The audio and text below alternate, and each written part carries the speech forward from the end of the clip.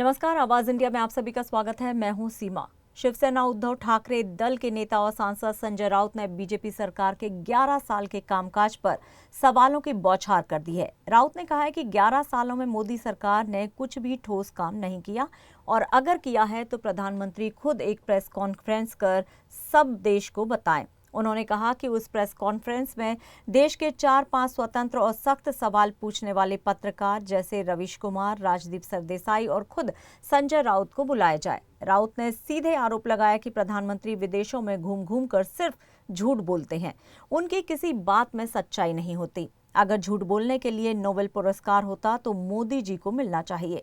उन्होंने ये भी कहा कि मोदी सरकार को सिर्फ सीबीआई और ईडी के डर से विपक्षियों को फंसाना आता है। राउत ने आरोप लगाया कि जो कोई भी सरकार के खिलाफ आवाज उठाता है उसे दबाने के लिए केंद्रीय एजेंसियों का इस्तेमाल किया जाता है।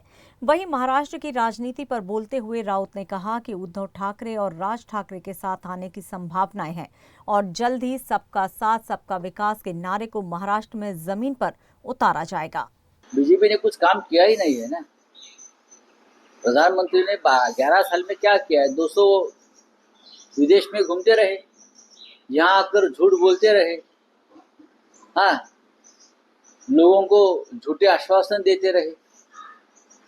अगर आपने कुछ किया है तो एक 11 साल की जो आपकी उपलब्धियां है, आपने जो काम किया है, उस बारे में प्रेस कॉन्फ्रेंस लीजिए,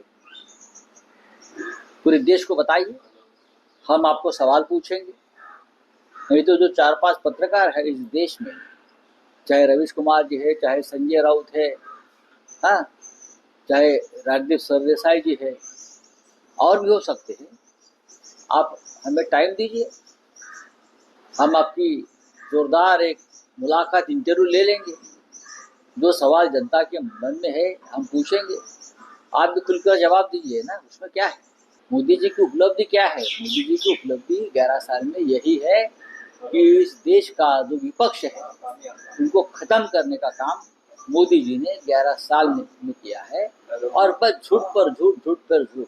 अगर झूठ बोलने के लिए नोबेल पुरस्कार किसी को दिया जाता है तो हमारे देश को, प्रधानमंत्री को सबसे पहला सबका साथ सबका विकास यहाँ भी है, और सबका साथ के साथ मुंबई का और महाराष्ट्र का विकास हम कर लेते हैं।